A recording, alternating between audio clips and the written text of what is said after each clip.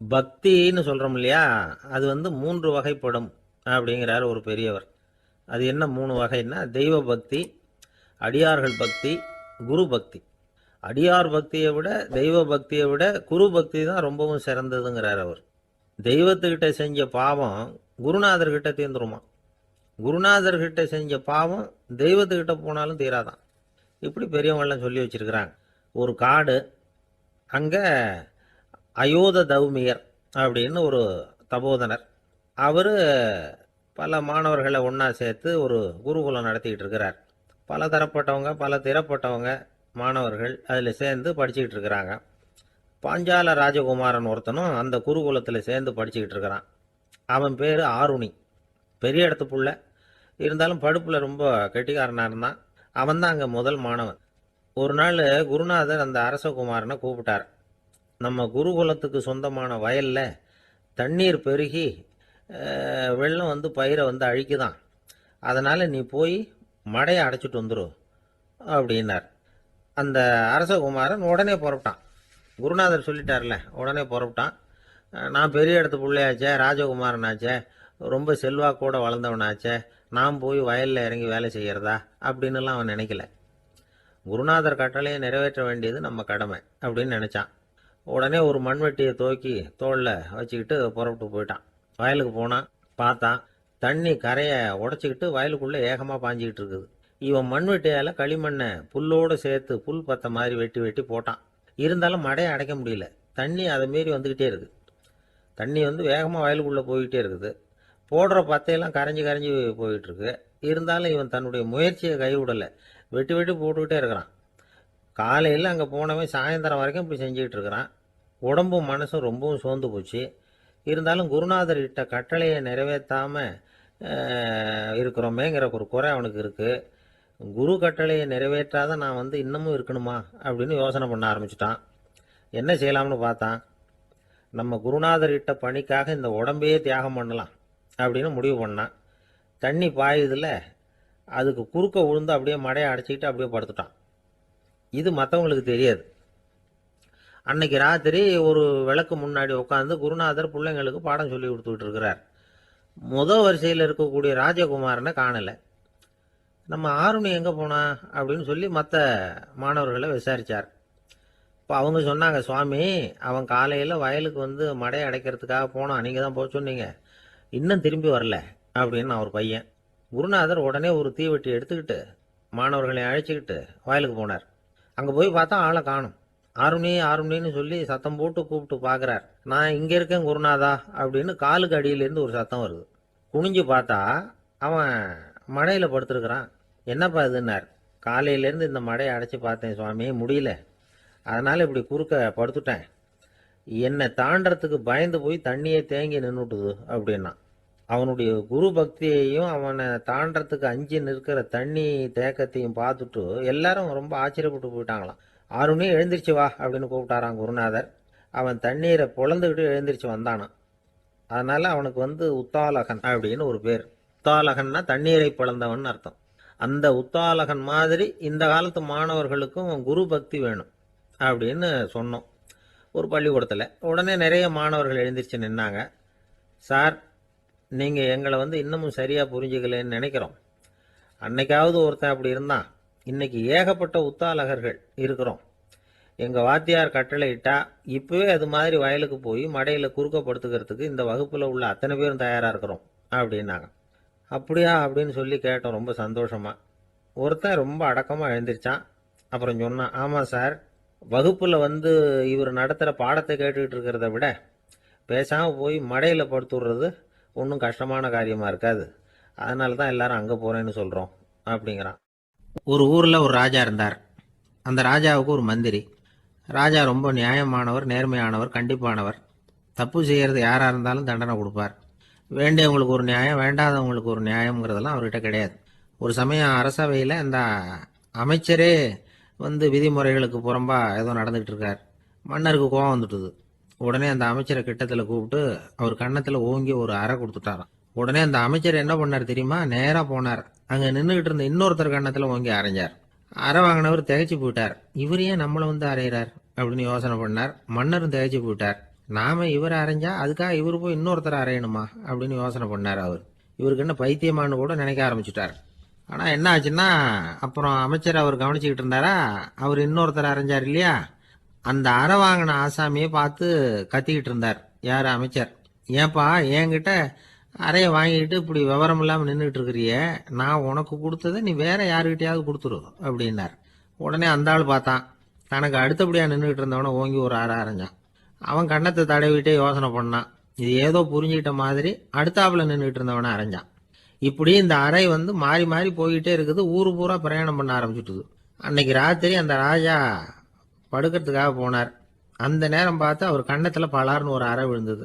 நம்மளே அரையிறது யாரு அப்படின்னு அதிர்ச்சியோட மன்னர் திரும்பி பார்க்கறாரு. அரைஞ்சது அவரோட மனைவி. என்னாச்சு உனக்குன்னு கத்துனார் ராஜா. உங்களுக்கு தெரியாதா, ஊர் பூரா ஒருத்தர் மாற்றி ஒருத்தர் மூலமா இந்த அறை வந்து பிரயாணம் பண்ணிட்டு வருது அப்படின்னாங்க அந்த அம்மா. அப்படின்னா ஆரம்பிச்ச இடத்துக்கே வந்துட்டுதா அப்படின்னாராம் மன்னர். என்ன சொல்றீங்கன்னு கேட்டிருக்காங்க. இவர் விவரத்தை சொன்னாராம். அப்படின்னா நீங்க ஆரம்பிச்சு வச்ச இந்த விளையாட்டை நான் முடிச்சு வச்சுட்டேன் அப்படின்னாங்களாம் அந்த அம்மா. மறுநாள் காலை மறுபடியும் அரசவை கூடிச்சு அந்த அமைச்சர் மன்னரை பார்த்து கேட்டார், என்ன மகாராஜா, என்கிட்ட கொடுத்ததை திருப்பி வாங்கிட்டீங்களா அப்படின்னாராம். இப்படி நடக்கும்னு நான் எதிர்பார்க்கவே இல்லைன்னார் மன்னர். ஆனால் நான் எதிர்பார்த்தேன். அது எங்கே போயிட போகுது, ஊர் பூரா சுற்றி கடைசியில் உங்ககிட்ட தான் வந்து சேரும் அப்படிங்கிறது எனக்கு தெரியும் அப்படின்னார் அமைச்சர்.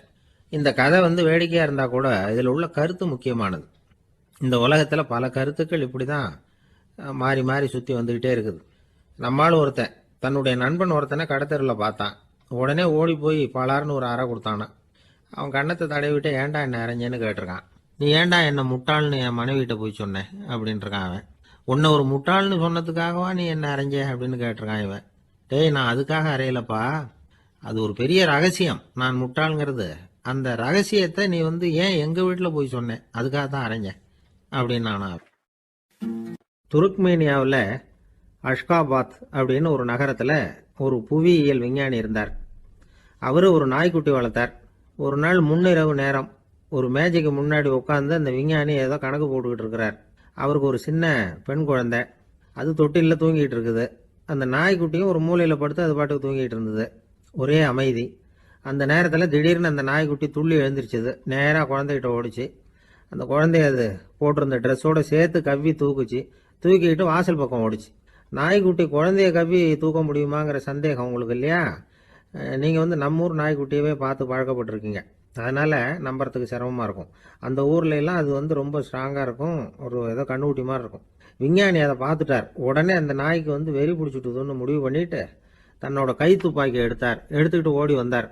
அவர் வெளியில் வந்து நாய்க்குட்டி எங்கே அப்படின்னு பார்த்து தேடுறார். அந்த நேரத்தில் அந்த வீடு வந்து இடிஞ்சு விழுது. காரணம் பூமி அதிர்ச்சி. இப்படி பூமி அதிர்ச்சி உண்டாக போகுதுங்கிறது அந்த நாய்க்குட்டிக்கு முன்னாடியே தெரிஞ்சு போச்சு. அதுதான் குழந்தைய தூக்கிட்டு வெளியில் ஓடி வந்திருக்குது. அது மூலமாக அந்த குடும்பத்தையே காப்பாற்றி இருக்குது அந்த நாய்க்குட்டி.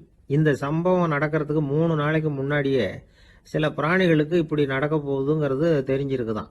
ஆமாம், அந்த நகரத்தில் 3 நாளைக்கு முன்னாடியே பாம்பு, பல்லி இதெல்லாம் அது தங்கியிருந்த வலையை விட்டு வெளியில் ஓடி வந்துட்டுது. அதே மாதிரி அங்கே இருந்த புறாவெல்லாம் பறந்து போயிடுச்சான். இதே மாதிரி யுகோஸ்லோவியாவில் கூட ஒரு நகரம், அங்கே ஒரு நாள் ராத்திரி ஒரு மிருக காட்சி சாலையில் திடீர்னு ஒரு பெரிய கலவரம், கூச்சல், குழப்பம். அங்கே இருந்த கழுதை, புலி, யானை, பறவை எல்லாம் கண்ணாபின்னான்னு கத்த ஆரம்பிச்சுட்டுது. நீர் யானை அதுக்குன்னு போடப்பட்டிருந்த தடுப்பையே தாண்டி குதிச்சு வெளியில் வந்துட்டுதான். மறுநாள் தான் எல்லாருக்கும் விஷயம் புரிஞ்சுது. அடுத்த நாள் காலையில் அங்கே பூமி அதிர்ச்சி உண்டாயிட்டுது. இப்போ பாருங்க, அதாவது மனுஷனை போய் தீர்க்க தரிசி அது இதுன்னு சொல்லிட்டு இருக்கிறோம். இவனை விட அது பரவாயில்லைன்னு தோணுது. அதாவது மிருகங்கள் ஒன்று நடக்க போகுதுங்கிறத முன்னாடியே புரிஞ்சுக்குதே.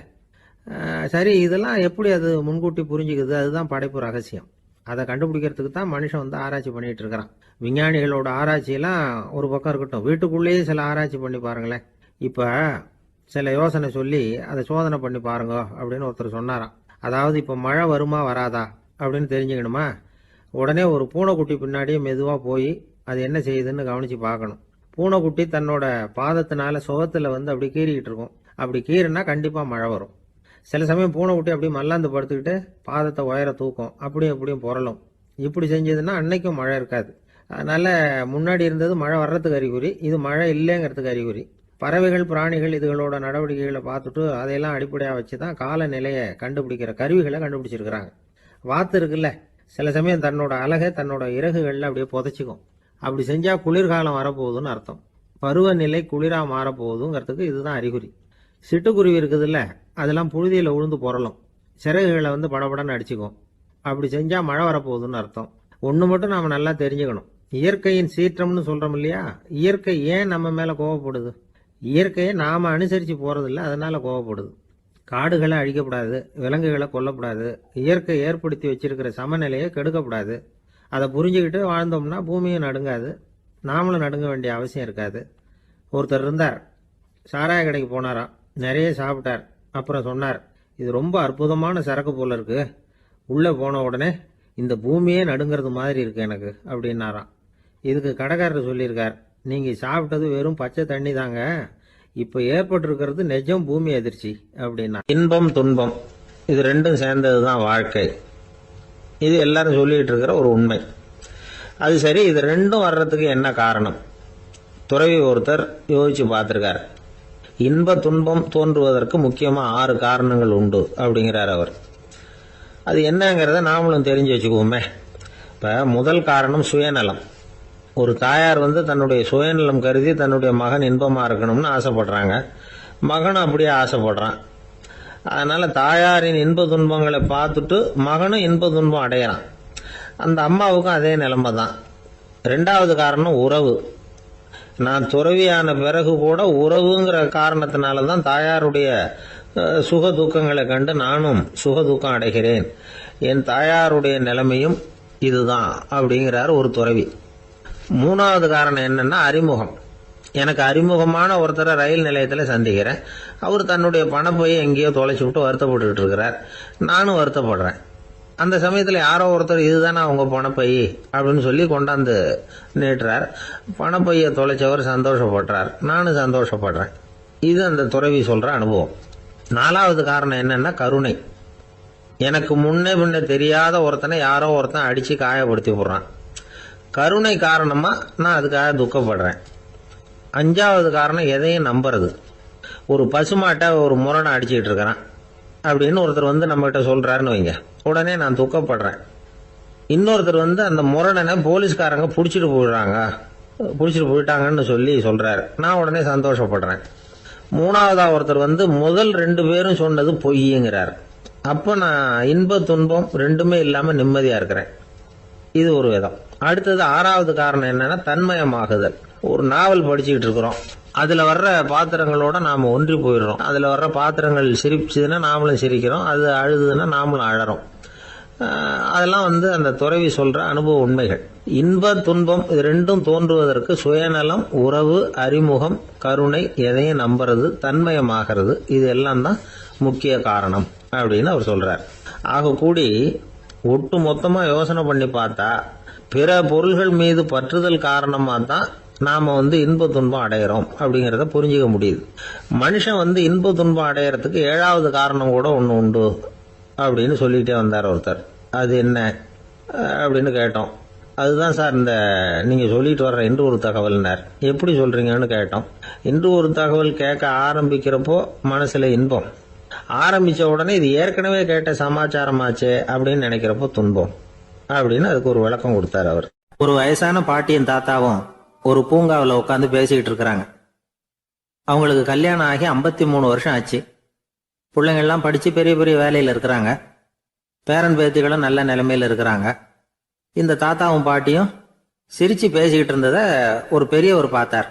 அவருக்கு ஆச்சரியமா இருந்தது. இந்த வயசுலேயும் இவ்வளவு அந்யோன்யமா இவங்க பேசிக்கிட்டு இருக்கிறாங்களே அப்படின்னு நினைச்சார். சரி, நேரிலேயே கேட்டுருவோமே அப்படின்னு நினைச்சுக்கிட்டு கிட்ட போனார். உங்க மன வாழ்க்கையின் வெற்றிக்கான ரகசியம் என்ன அப்படின்னு கேட்டார். இதை கேட்டதும் அந்த தாத்தா சிரிச்சுக்கிட்டே பாட்டியை பார்த்தாராம். அதுக்கப்புறம் சொன்னாராம், நான் இந்த அம்மாவை கல்யாணம் பண்ணிட்டதுக்கும் எங்களுடைய இல்வாழ்க்கை இவ்வளவு நாளா பலம் குறையாம மகிழ்ச்சியா இருக்கிறதுக்கும் காரணம் ஒண்ணுதான். அது என்ன காரணம்னா, எங்களுக்கு இடையில பொதுவா நிறைய குறைகள் உண்டு, அதுதான் காரணம் அப்படின்னாராம். அவர் சொல்றது சரிதான் அப்படிங்கிறது மாதிரி அந்த பாட்டியும் அவரை நிமிர்ந்து பார்த்தாங்களாம். இந்த பெரியவர் மறுபடியும் அந்த பாட்டியை பார்த்து அதே கேள்வியை கேட்டிருக்கார். உங்களுடைய நீண்டகால மன வாழ்க்கைக்கு கிடைச்ச வெற்றி எதனாலேன்னு சொல்ல முடியுமா அப்படின்னு கேட்டாராம். அவங்களும் சிரிச்சுக்கிட்டே பதில் சொன்னாங்களாம். என்ன பதில் தெரியுமா? சில பேரை நாம குறிப்பிட்ட பண்புகளுக்காக நேசிக்கிறோம், வேற சிலரை நாம் அந்த பண்புகள் இல்லாத குறைகளுக்காகவே விரும்பி பழகிறோம் இல்லையா அப்படின்னு கேட்டுட்டு தலையை குனிஞ்சுக்கிட்டாங்களாம் அந்த பாட்டியம்மா. அவங்க அப்படி சொன்னதை கேட்டதும் இவருக்கு புதுசா ஞானம் பிறந்தது மாதிரி இருந்துதான். இதுதான் மனம் நிறைந்த மன வாழ்க்கை அப்படிங்கிறார் சுவாமி சின்மயானந்தர். பண்புகளை எப்படி நேசிக்க முடியுதோ அதே மாதிரி பண்புகள் இல்லாத குறைகளையும் நேசிக்க முடியும். மனசுதான் காரணம். ஒரு மேல்நாட்டு தம்பதி, அவங்களும் தாத்தா பாட்டி தான். அவங்க 2 பேரும் ஒரு பூங்காவில் உட்காந்து சிரிச்சு பேசிக்கிட்டு இருக்கிறாங்க. அதை ஒருத்தர் பார்த்தார். அவருக்கு ஆச்சரியம், இவ்வளவு காலம் ஆகி இந்த வயசுலயும் இப்படி அன்பா பேசிக்கிட்டு இருக்கிறாங்களே அப்படிங்கிற ஆச்சரியம். கிட்ட நெருங்கி போனாரு. கேட்டார், ஏன் தாத்தா உங்களுக்கு கல்யாணம் ஆகி எவ்வளவு வருஷம் ஆச்சுன்னார். 55 வருஷம் ஆச்சுன்னாராம் அவரு. இன்னமும் இவ்வளவு சந்தோஷமா இருக்கிறீங்களே, அதுக்கு என்ன காரணம்னு கேட்டிருக்கார். அதுக்கு என்ன காரணம்னா, இதுவரைக்கும் எங்களுக்குள்ள சண்டையே வந்ததில்லை அப்படின்னாராம். அது எப்படி முடியும்னு கேட்டிருக்கார் இவர் ஆச்சரியமா. அந்த தாத்தா சொல்ல ஆரம்பிச்சாராம், இதை பாருப்பா, எங்களுக்கு கல்யாணம் ஆன புதுசுல நானும் என்னுடைய மனைவியும் ஒரு குதிரை மேலே ஏறி ஒரு காட்டு வழியா போய்கிட்டு இருந்தோம். கொஞ்ச தூரம் போனதும் அந்த குதிரை எடக்கு பண்ணிச்சு. நான் உடனே கீழே இறங்கி அந்த குதிரையை பார்த்து, இது உனக்கு முதல் தடவை அப்படின்னு மிரட்டலா சொல்லிவிட்டு ஏறி உக்காந்தேன். மறுபடியும் போனோம். கொஞ்சம் தூரம் குதிரை நல்லபடியா நடந்து போச்சு. மறுபடியும் எடக்கு பண்ண ஆரம்பிச்சுட்டுது. நான் கீழே இறங்கினேன். கையில் இருந்த சாட்டையால ஓங்கி ஒரு அடி கொடுத்தேன். இது உனக்கு 2வது தடவை அப்படின்னு சொல்லிவிட்டு ஏறி உக்காந்தேன். மறுபடியும் குதிரை கொஞ்சம் தூரம் நல்ல விதமா நடந்து போச்சு. அப்புறமும் எடக்கு பண்ண ஆரம்பிச்சுட்டுது. அந்த சமயத்துல ஒரு ஆற்று பாலத்தை கடந்து போய்கிட்டு இருக்கிறோம். நான் கீழே இறங்கினேன். என்னுடைய மனைவியையும் கீழே இறங்க சொன்னேன். அந்த குதிரையை பிடிச்சி அப்படியே ஆத்துல தள்ளி விட்டுட்டேன். தள்ளி விட்டுட்டு, இது உனக்கு கடைசி தடவை அப்படின்னு சொன்னேன். அதை பார்த்ததும் என் மனைவி பதறி போயிட்டாங்க. போய், ஐயோ பாவம், என்ன இப்படி பண்ணிவிட்டீங்க, உங்களுக்கு மனசுல கொஞ்சம் கூட இறக்கமே இல்லையா அப்படின்னாங்க. நான் மெதுவா இவங்க பக்கம் திரும்பி, இது உனக்கு முதல் தடவை அப்படின்னேன். அவ்வளவுதான். அன்னையிலிருந்து இன்னைய வரைக்கும் ஒரு நாள் கூட எங்களுக்குள்ள சண்டையே வந்ததில்லை அப்படின்னு விளக்கம் கொடுத்தார் அந்த தாத்தா. மனிதர்கள்ல சில பேர் ரொம்ப வித்தியாசமா நடந்துக்குவாங்க. மற்றவங்களுக்கு அது ரொம்ப ஆச்சரியமா கூட இருக்கும். அந்த ஆள் ஒரு மாதிரி பார்த்து நடந்துக்கோ அப்படின்னு கூட சொல்றது உண்டு. இவங்களை பார்த்து நாம பித்து குளியும்போம். உளவியல் இவங்களை எக்ஸென்ட்ரிக்ஸ் அப்படின்னு சொல்லுது. இவங்களை மனநோயாளிகள்னு தவறா புரிஞ்சுக்க கூடாது. அவங்க வேற, இவங்க வேற. எக்ஸென்ட்ரிக்ஸ் பத்தின சில விவரங்கள் ஒரு புத்தகத்துல இருக்கு. அதாவது ஸ்காட்லாந்துல ஒரு உளவியல் மருத்துவர் அதை எழுதியிருக்கிறார். அவர் பேரு டாக்டர் டேவிட் வீக்ஸ். அவருக்கு ஒரு உதவியாளர் இருந்தாராம். அவர் பேரு கேட் வுட். இவங்க 2 பேரும் சேர்ந்து இங்கிலாந்து பூரா சுத்தி பார்த்திருக்காங்க. 3 வருஷம் சுத்தினாங்களாம். நான் சொன்னது மாதிரி ஒரு மாதிரியா இருக்கிற ஆசாமிகள் பல பேரை சந்திச்சு பேசி அவங்கள பத்தி ஆய்வுலாம் நடத்தி இருக்கிறாங்க. அப்படி நடத்தி அதை ஒரு புஸ்தகமா எழுதியிருக்கிறாங்க. நிறைய பேசி பார்த்துட்டு அவங்க சொல்லி இருக்கிறத கேட்டா ரொம்ப ஆச்சரியமா இருக்குது. நாம இவங்களை பார்த்து பித்துக்குழிங்கிறோம், எக்ஸென்ட்ரிக்ஸ் அப்படின்னு சொல்றோம், கிண்டல் கூட பண்றோம். ஆனா அவங்களோட அறிவு ரொம்ப தெளிவானதான். இந்த ஆராய்ச்சியாளர்கள் சொல்றாங்க. அவங்க உடல் நலமும் ரொம்ப நல்லா இருக்குதான். உடம்புலயும் எந்த கோளாறும் இல்லையா. அவங்களுக்கு மகிழ்ச்சியும் அதிகமா, ஆயுளும் அதிகமா. அவங்கள பல பேர் என்ன சொல்றாங்கன்னா, நீங்க நினைக்கிறது மாதிரி இல்லை நாங்க, ஆனா நாங்க மற்றவங்கள்ல இருந்து வேறுபட்ட தன்மை உள்ளவங்க அப்படிங்கறத ஒத்துக்கிறாங்களாம். இந்த உலகம் பிறந்ததுல இருந்தே இப்படிப்பட்ட வித்தியாசமான ஆசாமிகளும் பிறந்திருக்கிறாங்க. சரி, அப்படிப்பட்டவங்க எப்படி இருப்பாங்க? இப்ப ஒரு மகாராஜா தன்னோட நாய்க்கு லட்சக்கணக்கில் பணம் செலவு பண்ணி கல்யாணம் பண்ணி வச்சிருக்கிறார். ஒரு கோடீஸ்வரர் தான் வளர்த்துக்கிட்டு இருந்த பூனைகளுக்கு தன்னோட சொத்து பூராவை எழுதி வச்சிருக்கிறார். இது மாதிரி ஒருத்தர் 2 பேர் இல்ல, நிறைய பேர் உண்டு. சில பேர் எப்படி தெரியுமா, அவங்களுக்கு வசதியில எந்த குறையும் இருக்காது. வீடு, காரு, பணம் எல்லாம் தாராளமா இருக்கும். அப்படி இருந்தாலும் அவங்க கிட்ட ஒரு பழக்கம் இருக்கும். யாராவது ஒரு நண்பர் வீட்டு விசேஷத்துக்கு போயிருப்பார், இல்லைன்னா ஒரு கடைக்கு போயிருப்பார். அவங்க ரொம்பவும் மரியாதையா வரவேற்று எல்லாம் பண்ணிட்டு இருப்பாங்க. ஆனா இவரு அவங்களுக்கு தெரியாம ஏதாவது ஒரு பொருளை திருடி பாக்கெட்ல போட்டுட்டு வந்துருவார். அப்படி வந்தாதான் இவருக்கு திருப்தி. பல பேர் அவங்க வளர்த்த பிராணிகளுக்கு பளிங்கு கல்லால சமாதி கட்டி வச்சிருக்கிறாங்க. இப்படிலாம் பண்றாங்க. பல பேர் அவங்களுக்கு பிடித்தமான ஒருத்தர் எப்படியோ அதே மாதிரி தலைமுடி, தாடி வச்சுக்கிறது, உடை உடுத்திக்கிறது, மலை குகையில போய் குடியிருக்கிறது, இப்படி எவ்வளவோ வினோதமான நடவடிக்கைகள். இவங்களையெல்லாம் ஆய்வு பண்ணின டாக்டர் வீக்ஸ் என்ன சொல்றாரு தெரியுமா? பொதுவா இவங்க உயர்ந்த புத்திசாலிகளா இருக்கிறாங்க. ஒருமைப்பட்ட மனம், கருமையுமே கண்ணான பண்பு, தனிமையை நாடுற மனப்பான்மை எல்லாம் இவங்களுக்கு உண்டு.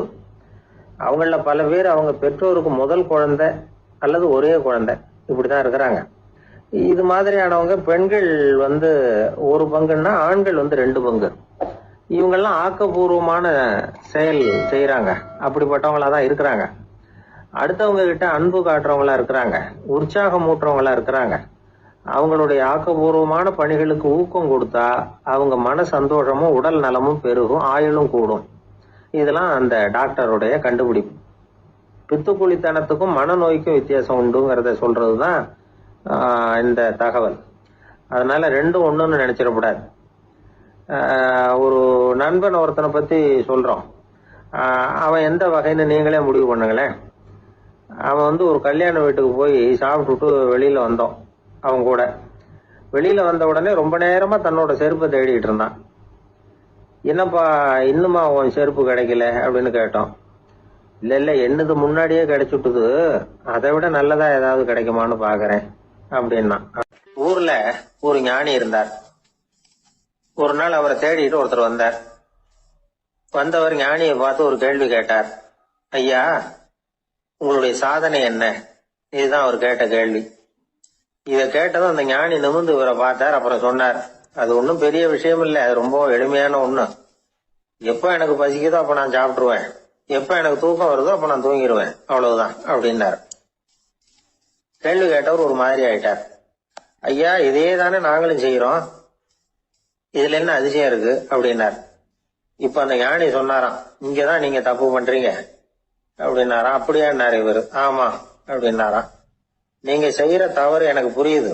ஏன்னா நான் உங்களை மாதிரி நான் வாழ்ந்து பார்த்திருக்கிறேன். அதனால என்னுடைய அனுபவத்துல உங்களுக்கும் எனக்கும் உள்ள வித்தியாசத்தை உணர முடியுதுன்னாரா. என்ன சொல்றீங்க, எனக்கு ஒன்னும் புரியலையேன்னாரா இவரு. இத பாருங்க, சாப்பிடுறதுங்கிறது நாம 2 பேருக்கும் பொதுவான ஒரு காரியம்தான். ஆனா நீங்க சாப்பிடுறதுக்கும் நான் சாப்பிடுறதுக்கும் வித்தியாசம் இருக்கு அப்படின்னாராம். என்ன வித்தியாசம்னு கேட்டிருக்கார்.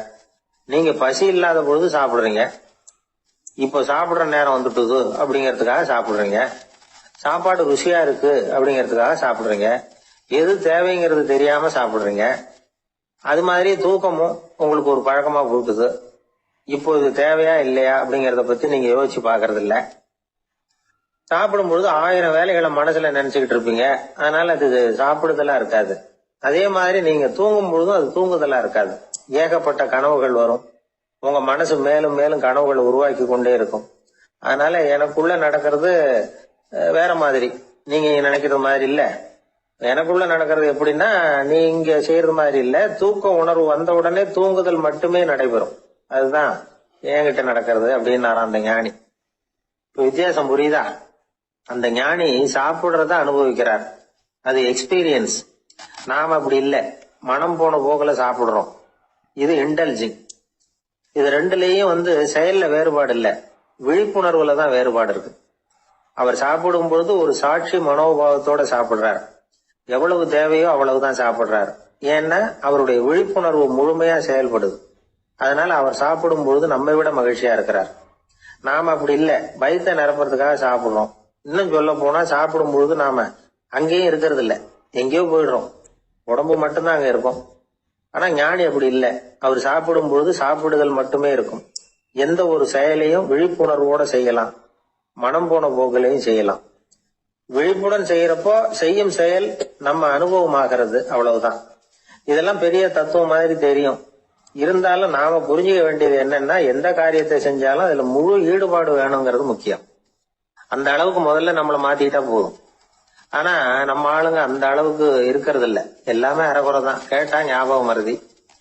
ஒருத்தன் என்ன பண்ணானா, விமான டிக்கெட் வாங்கிக்கிட்டு ரயில்வே ஸ்டேஷனுக்கு வந்துட்டான். அப்புறம் தான் புரிஞ்சுது தவறுதெல்லாம் இங்க வந்துட்டோம்ங்கிறது. உடனே அவசரமா விமான நிலையத்தை நோக்கி ஓடி இருக்கிறான். அங்க போய் கவுண்டர்ல கேட்டிருக்கான், மேடம் நான் தவறுதெல்லாம் ரயில்வே ஸ்டேஷனுக்கு போயிட்டேன், இப்ப விமானத்தையும் தவற விட்டுட்டேன், அடுத்த பிளைட்ல எனக்கு இதை மாத்தி தர முடியுமான்னு கேட்டிருக்கான். முடியாதுன்னாங்களாம் அந்த அம்மா. ஏன்னு கேட்டானா, ஏன்னா இப்ப நீங்க வந்திருக்கிறது பஸ் ஸ்டாண்டு அப்படின்னாங்களாம். என்ன சார் உங்க பையன் என்ன செஞ்சுட்டு இருக்கிறான் இப்போ அப்படின்னு கேட்டார் ஒருத்தர். அடிக்கடி கண்ணாடி முன்னாடி நின்று அழகு பார்த்துக்கிட்டு இருக்கிறான் சார் அப்படின்னாரு அப்பா. இளம் பருவம் இப்படிதான் இருக்கும், அதையெல்லாம் சாதாரணமா நினைச்சுடாதீங்க அப்படின்னாரு அவரு. என்ன சார் சொல்றீங்க, கண்ணாடி முன்னாடி நின்றுகிட்டு நேரத்தை வீணாக்கிக்கிட்டு இருக்கான், அதை ஒரு பெரிய விஷயமா நான் நினைக்கணுமா அப்படின்னாரு இவர். இளம் பருவத்துல இளைஞர்களுக்கும் சின்ன பொண்ணுங்களுக்கும் அடிக்கடி கண்ணாடியில பார்க்கணும்னு தோணும். அது வெறுமனே அழகு பார்க்கறது மட்டும் இல்ல, அவங்க தங்களையே தேடி கண்டுபிடிக்கிற ஒரு முயற்சி அது. இது ஒரு மனோதத்துவ விளைவு. இது வரைக்கும் சின்ன பிள்ளையா இருந்துட்டோம், இனிமே நாமளும் மற்றவங்க மாதிரி மனிதர்கள் தான் அப்படிங்கிற உணர்வு அவங்களுக்கு வருது. தங்களோட முகம் எப்படி இருக்குது, அழகு எப்படி இருக்கு, உடம்பு நேரம் எப்படி இருக்கு, முடி எப்படி இருக்கு அப்படிங்கறதெல்லாம் கண்டுபிடிக்கிறாங்க. அதுக்கப்புறம் இன்னொரு ஆணோ பொண்ணோ தன்னை கவனிக்கணும் அப்படின்னு நினைக்கிறாங்க. இதெல்லாம் மனோதத்துவ உண்மைகள், இதெல்லாம் இயற்கை. இதை பார்த்துட்டு பெத்தவங்க பிள்ளைங்க கெட்டு போட்டாங்க அப்படின்னு நினைக்கக்கூடாது, அவங்கள திட்டிகிட்டே இருக்கக்கூடாது. இன்னைக்கு பல குடும்பங்கள்ல இதுதான் நடந்துகிட்டு இருக்குது. மனுஷ வாழ்க்கையிலேயே இப்படியும் இல்லாத அப்படியும் இல்லாத ஒரு பருவம் இளம் பருவம். 13 இருந்து 19 வயசுக்கு உட்பட்ட ஆண்கள் பெண்கள் இந்த வகையை சேர்ந்தவங்க, டீனேஜ் குரூப். இவங்கள சின்னவங்கன்னு நினைச்சிட முடியாது, பெரியவங்கன்னு நினைச்சிட முடியாது. இவங்க ரொம்ப சென்சிட்டிவ். சமூகம் நினைச்சா இவங்களை நல்லவங்களாவும் ஆக்கலாம், கெட்டவங்களாவும் ஆக்கலாம்.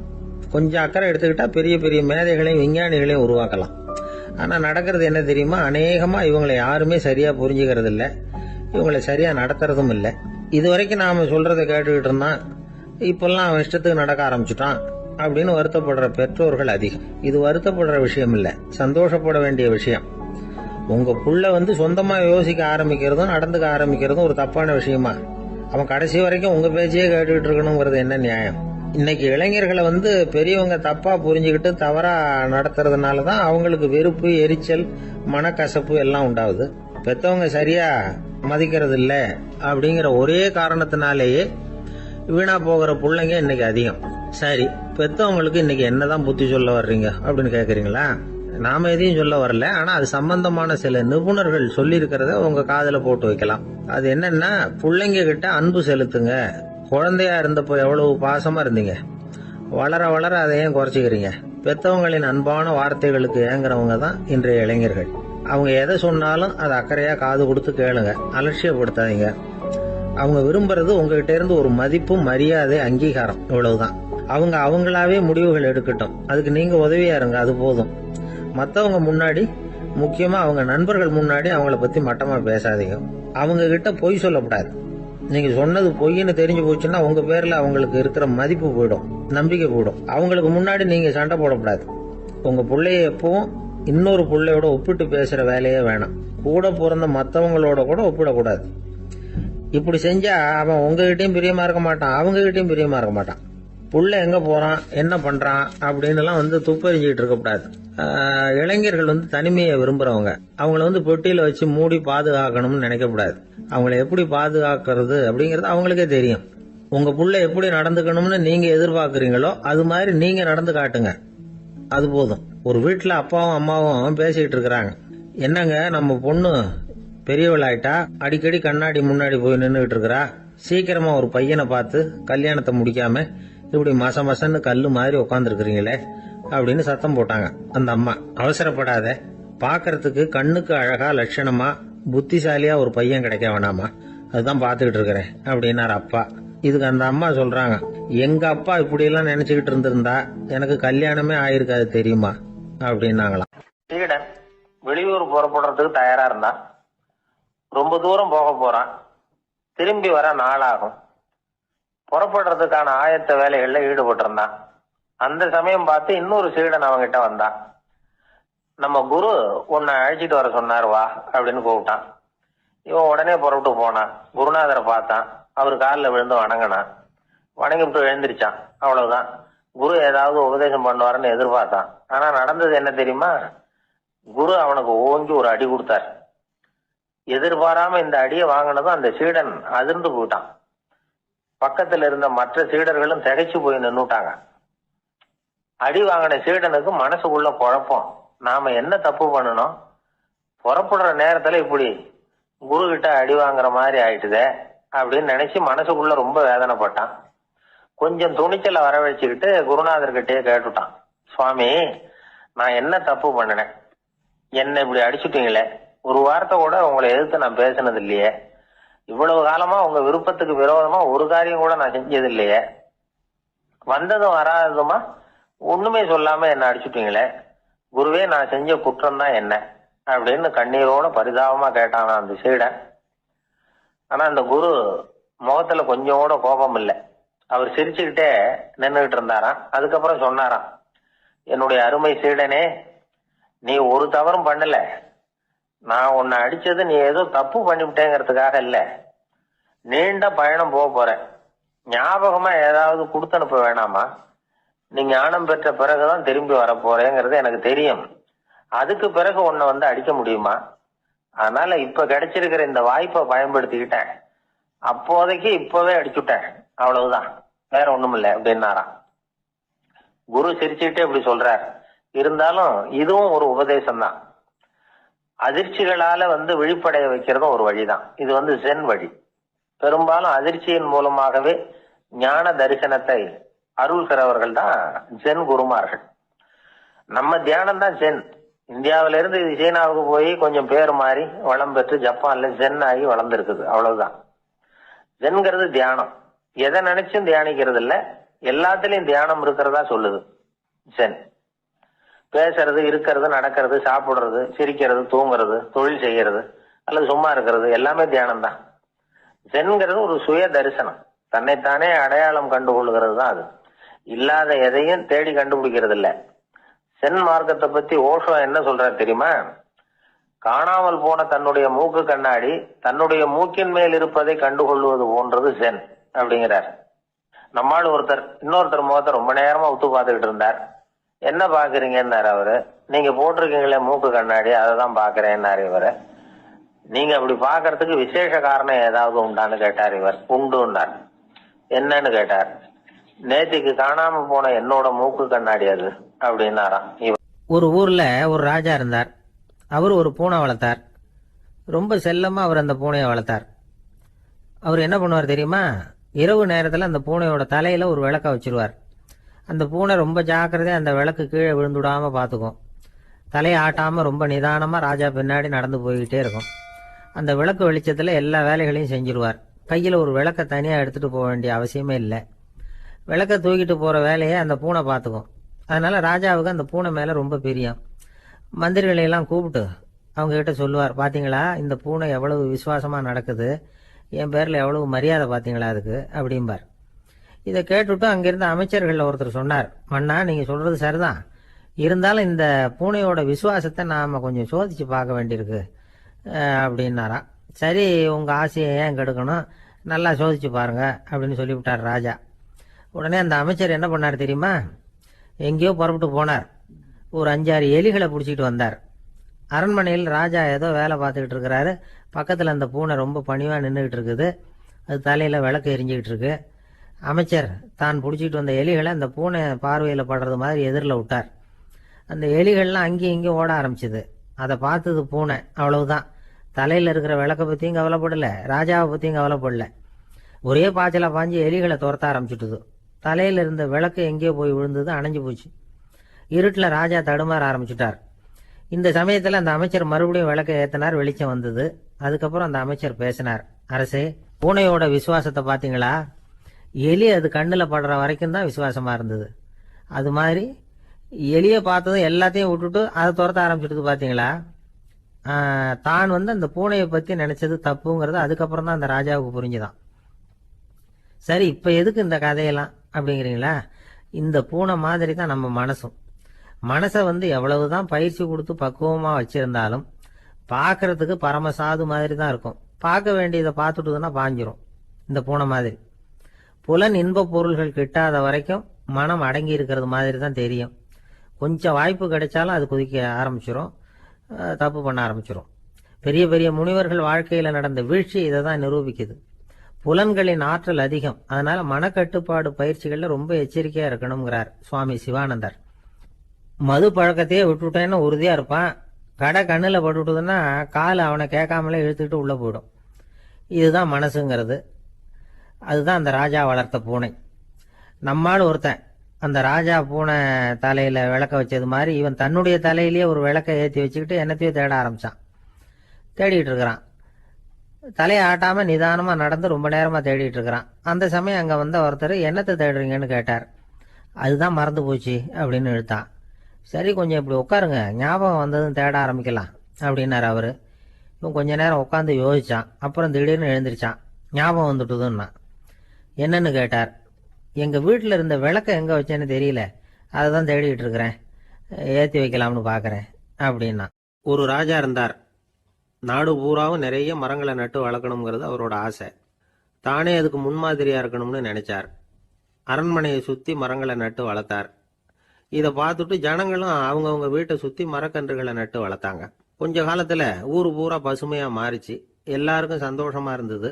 இது ஒரு பக்கம் இருக்கட்டும். இப்ப நான் சொல்ல போற கதை வேற. அதாவது அந்த ராஜா ஒரு நாள் தன்னுடைய அரண்மனையை சுத்தி இருக்கிற விதவிதமான மரங்களை எல்லாம் போய் பார்த்தார். எப்படி இருக்கிறீங்க அப்படின்னு ஒவ்வொரு மரத்துக்கிட்டையும் விசாரிச்சாராம். எந்த மரமும் சந்தோஷமா இருக்கிறதா தெரியல. அதுக்கும் மனசுல ஒரு குறை. முதல்ல ஆலமரத்துக்கிட்ட போனார். அது சொல்லிச்சு, மண்ணா, நான் நல்லா பெருசா வளர்ந்துருக்கிறேன், அடர்த்தியா இருக்கிறேன், கிளையெல்லாம் 4 பக்கமும் நல்லா படர்ந்து தான் இருக்குது. இருந்தாலும் எந்த பிரயோஜனமும் இருக்கிறதா தெரியல. எனக்கு என்னுடைய பழம்லாம் ரொம்ப சின்னதாக இருக்குது, என் கண்ணுக்கு சரியாக புறப்பட மாட்டேங்குது. நான் இருக்கிற சைஸுக்கு என்னுடைய கிளையில் இருக்கிற பழம்லாம் எவ்வளவு பெருசாக இருக்கணும், அது இத்தினூண்டு இருக்கிறது எனக்கு பெரிய அவமானமாக இருக்குது. இப்படி இங்கே நின்றுக்கிட்டு இருக்கிறதே ரொம்ப கூச்சமாக இருக்குது. ஒரு நல்ல புயல் வந்ததுன்னா பேசாமல் சாஞ்சு விடலாமான்னு பார்க்குறேன் அப்படின்னு புலம்புது ஆலமரம். சரி, இருக்கட்டும்னு நினச்சிக்கிட்டு ராஜா அடுத்தபடியாக ஒரு அத்தி மரத்துக்கிட்ட போனார். அதுவும் புலம்ப ஆரம்பிச்சிட்டுது. நான் கூட பெரிய மரம் தான், இல்லை இலையெல்லாம் அழகாக தான் இருக்குது, பழம் அழகாக இருக்குது, இருந்தாலும் உள்ள விஷயம் இல்லையே, அத்தி பழத்தை புட்டு பார்த்தா அத்தனையும் சொத்தை அப்படின்னு பழமொழியே உண்டாயிட்டுதே. இப்படி ஒரு கெட்ட பேரோட நான் இருக்கணுமா அப்படின்னு புலம்புது அது. சரி, இது இருக்கட்டும் அப்படின்னு சொல்லி அடுத்தபடியாக வேப்ப மரத்துக்கிட்ட போனார். அது தன்னுடைய வேதனையை வெளியிட்டது. எனக்கு எவ்வளவோ மருத்துவ குணங்கள்லாம் இருக்கிறதா சொல்லிக்கிறாங்க, இருந்தாலும் என்ன பிரயோஜனம், என்னுடைய பழத்தை மனிதர்கள் யாரும் விரும்பி சாப்பிட்றது இல்லையே அப்படின்னுது. ராஜா அடுத்தாப்புல இருந்து ஒரு பனை மரத்துக்கிட்ட போனார். நான் நல்லா உயரமாக தான் வளர்ந்துருக்கிறேன், மற்ற மரங்கள்லாம் என்னை வந்து அண்ணாந்து தான் பார்க்கணும், இருந்தாலும் என்கிட்ட நிழலுக்காக யாரும் வந்து ஒதுங்கிறது இல்லையே அப்படின்னுது. என்ன இது, எல்லா மரமும் இப்படி திருப்தி இல்லாமல் இருந்துகிட்டு இருக்குதே அப்படின்னு நினச்சிக்கிட்டே ராஜா அடுத்தபடியாக அங்கே இருந்த ஒரு பைன் மரத்துக்கிட்ட போனார். அழகாக உயரமாக பசுமையாக தான் இருந்தது, ஆனால் பழமோ பூவோ கிடையாது. அதை நினச்சி அது வருத்தப்பட்டுக்கிட்டு இருக்குது. ஓக் மரம் அது ஒன்று நின்றுட்டு இருந்தது. அது என்ன சொல்லிச்சுன்னா, இலையுதிர் காலத்தில் என் மேலே இருக்கிற எல்லா இலைகளும் உதிர்ந்து போடுது, முடி கொட்டின மனிதர்கள் மாதிரி மொட்டையாக நான் நிற்க வேண்டி இருக்குது, என்ன வாழ்க்கை இது அப்படின்னு சொல்லி அழுத்துக்கிட்டது. சரி, புளிய மரம் என்ன சொல்லுது பார்ப்போம்னு அதுகிட்ட போனா, என்னுடைய நிழலில் யாருமே தங்க மாட்டாங்க, உடம்புக்கு சூடுன்னு ஒதுங்கி போயிடுவாங்க, அடிமரத்தை பார்த்தீங்கன்னா பட்டையெல்லாம் உறிஞ்சி பார்க்கறதுக்கே கேவலமாக இருப்பேன் அப்படின்னுது அது. முருங்கை மரம் என்ன சொல்லிச்சு தெரியுமா, என்னுடைய இலை காயெல்லாம் சாப்பிட்றவங்களுக்கு சத்து கொடுக்கறது வாசம் தான், ஆனால் என் உடம்புல சத்தே கிடையாது, கொஞ்சம் வேகமாக காற்று அடிச்சதுன்னா முறிஞ்சி விழுந்துடுறேன், என்ன வாழ்க்கை இது அப்படின்னு சொல்லி அது வருத்தப்பட்டது. ராஜா யோசனை பண்ணார், என்ன இது, மரங்கள் வந்து பூமியின் வரங்கள்னு சொல்கிறோம், மழை பெய்யறதுக்கு அதுதான் காரணம், பூமி செழிப்பாக இருக்கிறதுக்கும் அதுதான் காரணம், வீடு கட்டுறதுக்கு மரம், நாற்காலி செய்ய உபயோகப்படுத்துறதுக்கும் அதுதான் உபயோகப்படுது, மனுஷனுக்கு வேண்டிய ஆகாரங்களையும் கொடுக்குது, இப்படிலாம் இருந்தும் எல்லா மரமும் நிம்மதி இல்லாமல் இருந்துகிட்டு இருக்குதே அப்படின்னு நினைச்சார். அப்போ அங்கே இருந்த ஒரு மகிழ மரம் அவர் கண்ணில் பட்டுது. அந்த மரம் மட்டும் கொஞ்சம் நிம்மதியாக மகிழ்ச்சியாக இருக்கிறது மாதிரி தெரிஞ்சுது. உடனே ராஜா அதுகிட்ட போனார். உனக்கு மனசில் எதுவும் குறை இல்லையான்னு கேட்டார். இல்லை, நான் சந்தோஷமாக தான் இருக்கேன்னு அந்த மகிழ மரம். அப்படியான்னு ஆச்சரியமாக கேட்டார் ராஜா. ஆமாம் மன்னா, இந்த இடத்துல நீங்கள் ஒரு முருங்கை மரத்தையோ வேப்ப மரத்தையோ கூட நட்டிருக்கலாம், ஆனால் இந்த இடத்துல நடுறதுக்கு என்ன தேர்ந்தெடுத்திருக்கிறீங்க, அதுவே எனக்கு பெருமை, அதுவே எனக்கு திருப்தி அப்படின்னு தான் மகிழ மரம். மகிழ மரம் சாதாரணமாக தான் இருக்கும், இளம் மஞ்சள் நிறத்தில் பூக்கள், அது காய்ந்தும் மனம் வீசும். மகிழ மரம் மாதிரி மன திருப்தியோடு வாழறதுக்கு நாம் கற்றுக்கணுமா. நாம் இந்த உலகத்தில் ஒரு நாயாவோ நரியாவோ கூட பிறந்திருக்கலாம், மனுஷனாக பிறந்திருக்கிறோம், அதுவே பெருமை தானே. இந்த நிறைவு தான் மகிழ்ச்சியின் ரகசியம். ஒரு பையன் அப்பா கிட்ட போய், அப்பா, நீங்கள் இந்த உலகத்தில் ஒரு மனுஷனாக பிறந்தது என்னோட அதிர்ஷ்டம் நானா. ஏண்டா அப்படி சொல்கிறேன்னு இருக்கார் அப்பா. நீங்கள் ஒரு கரடியாக பிறந்திருந்தா இந்நேரம் நானும் ஒரு கரடி குட்டியாக தானே இருந்திருப்பேன் அப்படின்னு நானா பையன். இந்த உலகத்தில் நாம் நல்லபடியாக இருக்கணும்னா அதுக்கு முக்கியமாக தேவைப்படுறது 2. ஒன்று செல்வம், இன்னொன்று அறிவு. சரி, இது 2ல் சிறந்தது எது அப்படின்னு ஒரு கேள்வி கேட்டால் என்ன பதில் சொல்கிறது? இதே கேள்வியை ஹஸ்ரத் அலி அவர்கள்கிட்ட கேட்டாங்களாம். அவர் ஒரு பெரிய அறிஞர். கேள்வி கேட்டவங்களும் சாதாரண ஆட்கள் இல்லை, இவங்களும் அறிஞர்கள். ஒரு நாள் ஹஸ்ரத் அலி அவர்கள்கிட்ட 10 அறிஞர்கள் வந்தாங்களாம். ஐயா, நாங்கள் 10 பேரும் உங்ககிட்ட ஒரே கேள்வி தான் கேட்க வந்திருக்கிறோம். ஆனால் எங்கள் 10 பேருக்கும் நீங்கள் தனித்தனியாக பதில் சொல்ல முடியுமா அப்படின்னு கேட்டிருக்காங்க. அதாவது அவங்க ஒரே கேள்விக்கு இவர்கிட்ட இருந்து 10 விதமான பதில் எதிர்பார்க்குறாங்க. சரி கேளுங்க, என்ன கேள்வி அப்படின்னார் அவர். அப்போதான் அவங்க கேட்டாங்களாம், செல்வம் அறிவு இது ரெண்டுல சிறந்தது எது? இதுதான் கேள்வி. ஹஸ்ரத் அலி என்ன பண்ணார் தெரியுமா? அவங்கள ஒவ்வொருத்தராக கூப்பிட்டார். ஒவ்வொரு விதமான பதிலை சொல்லி அனுப்புனார். முதல்ல ஒருத்தரை கூப்பிட்டார், சொன்னார், அறிவுங்கிறது தீர்க்கதரிசிகள், ஞானிகள், மகான்கள் இவங்களோட பரம்பரை சொத்து. ஆனால் செல்வம்ங்கிறது கொடுங்கோலரின் ஆயுதம். அதனால் அறிவு தான் சிறந்தது அப்படின்னார். ரெண்டாவது ஆளை கூப்பிட்டார். உங்ககிட்ட செல்வம் இருந்தால் நீங்கள் தான் அதை காப்பாற்றணும். ஆனால் அறிவு உங்களை எப்பவும் காப்பாற்றும். ஆகவே அறிவு தான் சிறந்தது அப்படின்னார். மூணாவது ஆளை கூப்பிட்டார். செல்வந்தனுக்கு எப்போதும் விரோதிகள் அதிகம், ஆனால் அறிஞனுக்கு நண்பர்கள் அதிகம். அதனால் அறிவு தான் சிறந்ததுன்னார். அடுத்தவரை கூப்பிட்டார். செல்வம் அடுத்தவங்களுக்கு கொடுக்க கொடுக்க குறையும், ஆனால் கல்விங்கிறது அதிகரிச்சுக்கிட்டே வரும், கொடுக்கறதுனால குறையாது. அதனால் அறிவு தான் சிறந்ததுன்னார். இன்னொருத்தரை கூப்பிட்டார். அறிவுள்ளவன் எப்பவும் அதை அடுத்தவங்களுக்கு வாரி வழங்கிக்கிட்டே இருப்பான். அதனால் அவங்ககிட்ட தாராளத்தன்மை இருக்கும். ஆனால் செல்வந்தன்கிட்ட கஞ்சத்தனம் தான் இருக்கும். அதனால் அறிவு தான் சிறந்ததுன்னார். ஆறாவது நபரை கூப்பிட்டார். செல்வத்தை கள்வர்கள் திருடிட்டு போக முடியும், ஆனால் அறிவை அப்படி திருடிட்டு போக முடியாது அப்படின்னார். ஏழாவது நபரை கூப்பிட்டார். செல்வம் கால ஓட்டத்தில் அழிஞ்சிரும், ஆனால் அறிவை கால ஓட்டம் ஒன்றும் பண்ண முடியாது. ஆகவே அறிவே சிறந்ததுன்னார். எட்டாவது ஆளை கூப்பிட்டு சொன்னார், செல்வத்துக்கு எப்பவும் எல்லை உண்டு, நிறை உண்டு, அளவு உண்டு, கணக்கு உண்டு. ஆனால் அறிவுக்கு அப்படிப்பட்ட எல்லை எதுவும் கிடையாது. அதனால் அதுதான் சிறந்ததுன்னார். அடுத்தவனை கூப்பிட்டார். செல்வம் உள்ளத்தில் உள்ள ஒளியை போக்கிவிடும், இருட்டை உண்டாக்கிவிடும், விரிந்த மனப்பான்மையை குறுகலாக்கிவிடும். ஆனால் அறிவு அப்படி இல்லை, இருண்ட உள்ளத்தில் ஒளியை பாய்ச்சி அதை விசாலப்படுத்துது. அதுதான் சிறந்ததுன்னார். கடைசியாக 10வது நபரை கூப்பிட்டார். செல்வம் மனசில் செருக்கை உண்டாக்குது, ஆணவத்தை ஏற்படுத்துது. அதனால் நானே கடவுள்னு நினைக்கிற அளவுக்கு மனுஷனை தாழ்த்தி விடுது. ஆனால் அறிவு பணிவையும் பண்பாட்டையும் வளர்க்குது. அதனால் அறிவு தான் சிறந்ததுன்னார். ஆக இப்படி 10 பேருக்கும் 10 விதமாக பதில் சொன்னது மூலமாக ஹஸ்ரத் அலி அவர்கள் அறிவு தான் செல்வத்தை விட சிறந்தது அப்படிங்கிறதுக்கு 10 காரணங்களை சுட்டி காட்டியிருக்கார். அந்த அறிஞர் 10 பேர் கேட்ட ஒரே கேள்விக்கு 10 பதில் சொன்னார். நமக்கு வேண்டிய ஒருத்தர் 10 பேர் கேட்ட கேள்விக்கு ஒரே பதில் சொல்லி சமாளித்தார். கேள்வி என்ன தெரியுமா? என்கிட்ட வாங்கின கடனை எப்பயா திருப்பி கொடுக்க போற? இதுதான் அந்த 10 பேரும் கேட்ட ஒரே கேள்வி. இந்த மாதம் 26ஆம் தேதி தந்துடுறேன் அப்படிங்கிற ஒரே பதில் சொல்லி அவ்வளவு பேரையும் இவர் அனுப்பி வச்சுட்டாராம். எல்லாரும் போனதுக்கு அப்புறம் இவரை தனியாக கூப்பிட்டு கேட்டிருக்கிறாங்க. அது என்ன சார் கணக்கு, 26ஆம் தேதி அன்னைக்கு என்ன அதிசயம் நடக்க போகுது அப்படின்னு கேட்டிருக்காங்க. அதிசயம் அன்னைக்கு இல்லை, அதுக்கு முத நாளே நடக்க போகுதுன்னாராம். விவரமாக சொல்லுங்கன்னு இருக்காங்க. வேற ஒன்றும் இல்லைங்க, 26ஆம் தேதி தானே எல்லாரையும் வர சொல்லியிருக்கிறேன், அதுக்கு முத நாளே நான் புறப்பட்டு தலைமறைவாயிட போகிறேன் அப்படின்னாராம் ரொம்ப பெருமையாக. ஒரு தடவை கலைவாணர் NS கிருஷ்ணன் பேராசிரியர் கல்கியை சந்திச்சு பேசிக்கிட்டு இருந்தாராம். கலைவாணர் கல்கியை பார்த்து, எனக்கு கதை எழுத ஆசையா இருக்கு, எப்படி எழுதுறதுன்னு கேட்டாராம். கதை எழுதுறதுக்கு 4 மை வேணும்னாராம் கல்கி. அப்படியா, அப்படின்னா என்னென்ன கலர் மை அப்படின்னு கேட்டிருக்காரு கலைவாணர் சிரிச்சுக்கிட்டே. நான் சொன்னது கலர் மை இல்லை, அது வேற மை. அதாவது கதை எழுதுறதுக்கு தேவைப்படுகிற 4 மை எதுன்னா, 1 திறமை, 2 பேணாமை, 3வது தனிமை, 4வது பொறுமை அப்படின்னாராம். உடனே கலைவாணர், உங்க யோசனை அருமை அப்படின்னாராம். அதுதான் கலைவாணர். பொதுவா எழுத்தாளர்கள் எழுதுற மாதிரி நடந்துக்கிறது இல்லை, ஆனா கலைவாணர் என்ன சொல்லுவாரோ அதே மாதிரி நடந்துக்குவார். எல்லாருக்கும் எல்லாம் கிடைக்கணுங்கிற கருத்தை சினிமா படங்கள்ல வலியுறுத்துவார். அதே மாதிரி நடைமுறை வாழ்க்கையிலேயே எல்லாருக்கும் எல்லாமும் கொடுப்பார். பணம், பதவி, புகழ் இப்படி எதுவுமே இல்லாத ஒரு சாதாரண மனுஷனா இருந்தா கூட இவர் மனுஷனுக்கு கொடுக்கற மரியாதையில கொஞ்சமும் குறைச்சல் இருக்காது. இந்த குணம் சாதாரணமா எல்லாருக்கும் இருக்கிறது இல்லை. அவரு சினிமா தியேட்டருக்கு போய் சினிமா பாக்குறது வழக்கம். அவரு வந்திருக்கிறாருங்கிறது தெரிஞ்சா போதும், வெளியில பிச்சைக்காரங்க கூடிடுவாங்க. இது அவருக்கு தெரியும். வெளியில நம்மளை நம்பி ஒரு கூட்டம் காத்துக்கிட்டு இருக்குமேன்னு நினைப்பார். உடனே ஒரு 100 ரூபா நோட்டை கொடுத்து சில்லறையா மாத்திட்டு வர சொல்லுவார். படம் முடிஞ்சு வெளியில வர்றப்போ சில்லறையோட வருவார். எல்லாருக்கிட்டையும் கொடுத்துருவார். ஏன்னா எல்லாரும் தேடிட்டு வருவாங்க அவரை. என்ன எல்லாரும் சௌக்கியமா இருக்கிறீங்களா அப்படின்னு பிரியமா விசாரிப்பார். ஏதோ ரொம்ப நெருங்கின சொந்தக்காரங்களை விசாரிக்கிறது மாதிரி விசாரிப்பாரு. தன்கிட்ட இருக்கிற சில்லறையை எல்லாருக்கும் சமமா பிரிச்சு கொடுத்துட்டு தான் அங்கிருந்து புறப்படுவார். ஒரு நாள் அது மாதிரி புறப்படுற சமயத்துல ஒரு சின்ன பையனுக்கு சில்லறை எதுவும் கிடைக்கல கொடுக்கறதுக்கு. இது கலைவாணருக்கு தெரியாது. கார்ல ஏறி புறப்பட்டு போயிட்டார். அந்த பையன் காரை பிடிச்சிக்கிட்டு பின்னாடியே ஓடிச்சாந்துருக்கிறான். ஐயா, நீங்களே இல்லைன்னு சொன்னா நான் என்ன பண்றது? இன்னைக்கு பட்னி தான், அம்மாவுக்கு வேற உடம்பு சரியில்லை அப்படின்னு கத்திக்கிட்டே ஓடியாந்தானா. கலைவாணர் கவனிச்சுட்டார். உடனே காரை நிறுத்த சொன்னார். இறங்கினார்.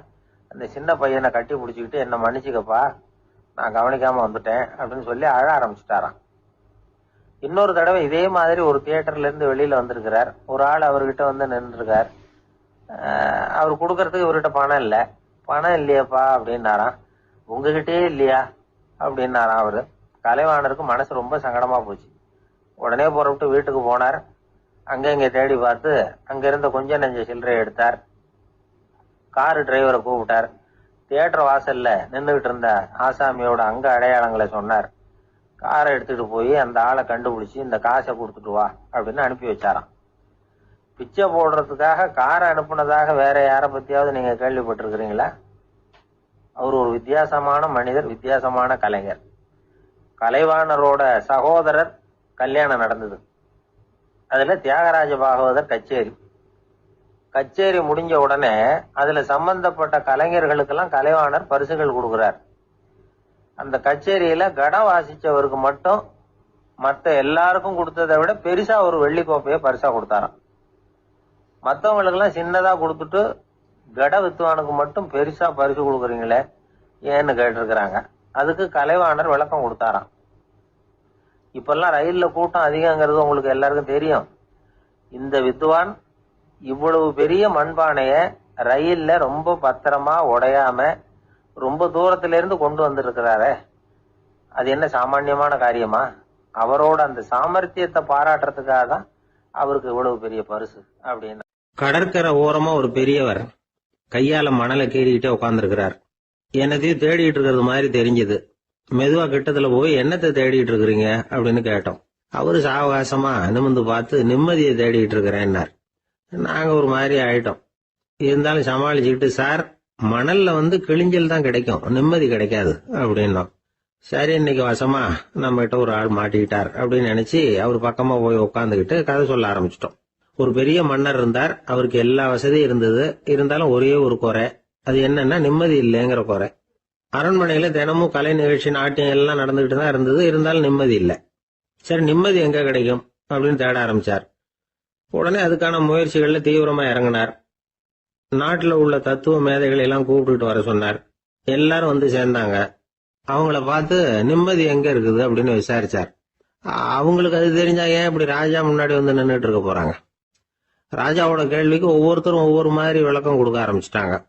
எந்த பதிலும் ராஜாவுக்கு திருப்தி அளிக்கக்கூடிய அளவுக்கு இல்ல. சரி, போயிட்டு வாங்கன்னு சொல்லி அவங்கள எல்லாம் அனுப்பி வச்சுட்டார். ஒரு நாள் அவர் மாளிகையில உப்பரிகையில நின்றுட்டு இருக்கிறார். அந்த சமயத்துல தெருவுல ஒரு பிச்சைக்காரன் ரொம்ப உல்லாசமா பாட்டு பாடிக்கிட்டே போயிட்டு இருக்கிறான்.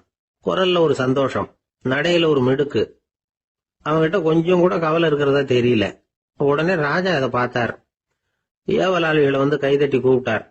உடனே ஓடி போய் அந்த பிச்சைக்காரனை இங்க அழைச்சிட்டு வாங்கன்னு உத்தரவு போட்டார். இவங்க உடனே ஓடி போய் அவனை கூப்பிட்டாங்க. அரண்மனைக்கு வாழ்ந்தாங்க. அவன் வரல. அரண்மனைக்குள்ள அடி எடுத்து வைக்க மாட்டேன்னு சொல்லிவிட்டான். ராஜா கிட்ட விஷயத்த சொன்னாங்க. அவருக்கு ரொம்ப ஆச்சரியம், இப்படி ஒரு ஆள் இருக்கிறானா அப்படின்னு. சரி, அவன் என்னதான் சொல்றான் அப்படின்னு விசாரிச்சார். இவன் மறுபடியும் தெருவுக்கு போய் கேட்டாங்க. என்ன பார்க்கணும்னா ராஜா விருப்பப்பட்டாருன்னா அவரை வேணும்னா இங்க வர சொல்லுங்க அப்படின்னு சொல்லிவிட்டான். அதை ராஜா கிட்ட சொன்னாங்க. அவருக்கு கோபம் வரல. இவ்வளவு சுதந்திர உணர்வோட இருக்கிறவன் சாதாரண ஆளா இருக்க முடியாது அப்படின்னு நினைச்சார். உடனே கிடுகிடுன்னு இறங்கி தெருவுக்கு வந்தார். பிச்சைக்காரங்கிட்ட போனார். நீ கவலைப்படாம சந்தோஷமா பாடிட்டு போறியே, அது எப்படி முடியுது உன்னால அப்படின்னு கேட்டார். ஏன் அப்படி கேக்குறீங்கன்னு அதுக்கு இல்ல, எனக்கு அரண்மனையில எவ்வளவோ சுகபோகங்கள்லாம் இருக்கு, இருந்தாலும் நிம்மதி இல்ல. இது ஏன்னு எனக்கு தெரியல. இந்த தேசத்துல உள்ள அறிஞர்களை எல்லாம் கூப்பிட்டு கேட்டு பார்த்துட்டேன், அவங்களுக்கும் தெரியல. உன்னை கேட்டா தெரியும்னு நினைச்சேன். அதனாலதான் சந்திக்கிறதுக்கு ஆசைப்பட்டேன். ஆனா நீ வரமாட்டேன்னுட்டியே அப்படின்னார். பிச்சைக்காரன் கடகடன்னு சிரிக்க ஆரம்பிச்சுட்டான். மகிழ்ச்சிக்கும் உங்களுக்கும் தடையா இருக்கிறது இந்த மாளிகை தான்.